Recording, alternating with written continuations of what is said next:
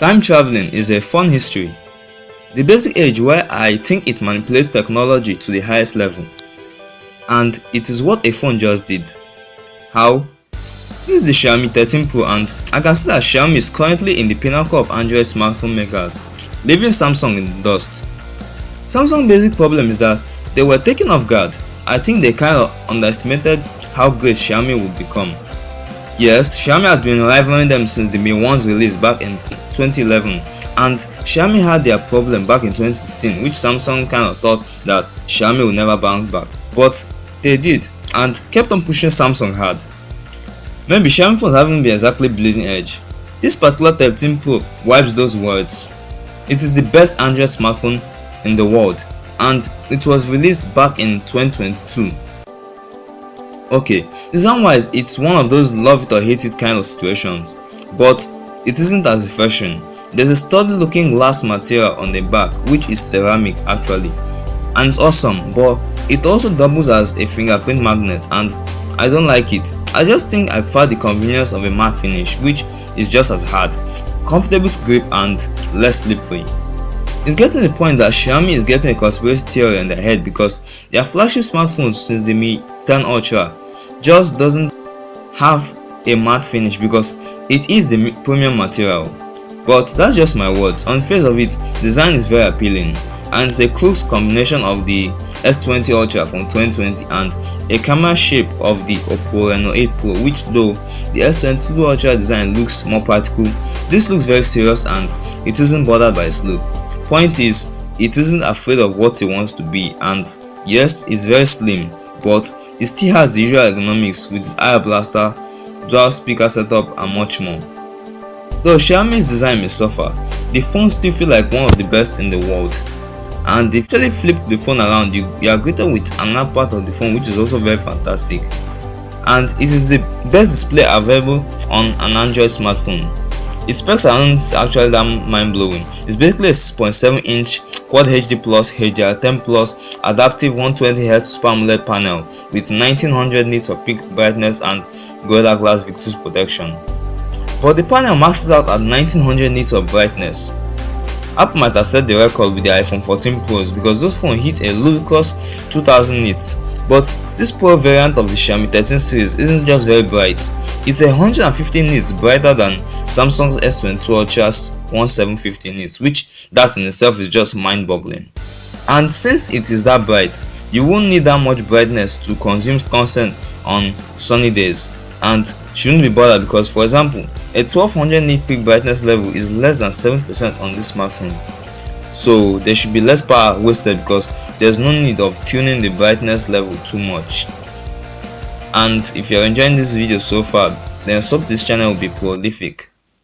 That beauty that Xiaomi's display have in general is MIUI. In this case it's MIUI 14 based on Android 13, and MIUI is my favorite customized Android experience ever. Though it has its caveats, which is a truckload of bloatware. You can uninstall almost all of them, and there are more animations to this MIUI 14 updates. Not only are there more settings and features which will consume time, the fact that you would want to customize MIUI your own way means that you might spend more time on fiddling than actually using this smartphone. And if you do, that would be a big shame because this is also the fastest Android in the world. It comes with a revolutionary Snapdragon 8 Gen 2 chipset backed by 512GB of UFS 4.0 storage and 12GB of LPDDR5X RAM. And because the phone has this chip, which is a further improvement from the already ridiculous Snapdragon 8 Plus Gen 1 on the Xiaomi 12S Ultra, as well as new fast storage and RAM options, is actually the first phone I'd say matches the iPhone 14 Pros in terms of performance.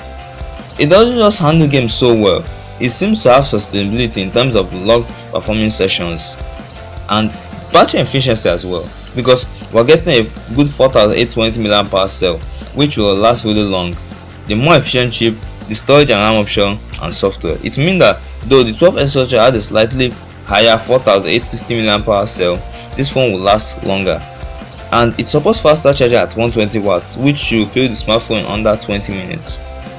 And it does look like cheating due to the fact that the process of charging will drain less than 5% in actual usage of the smartphone. So you're probably noticing a thing here. You're probably finally understanding why I call this the time traveling smartphone. For once, I was kind of half perplexed why Xiaomi had released this 13 Pro and the normal 13 in 2022. It's just very odd because 2022 belonged to the 12th lineup, and this 13 series actually has specs which are meant to be present on 2023 smartphones. And the Snapdragon 8 Gen 2 is an example.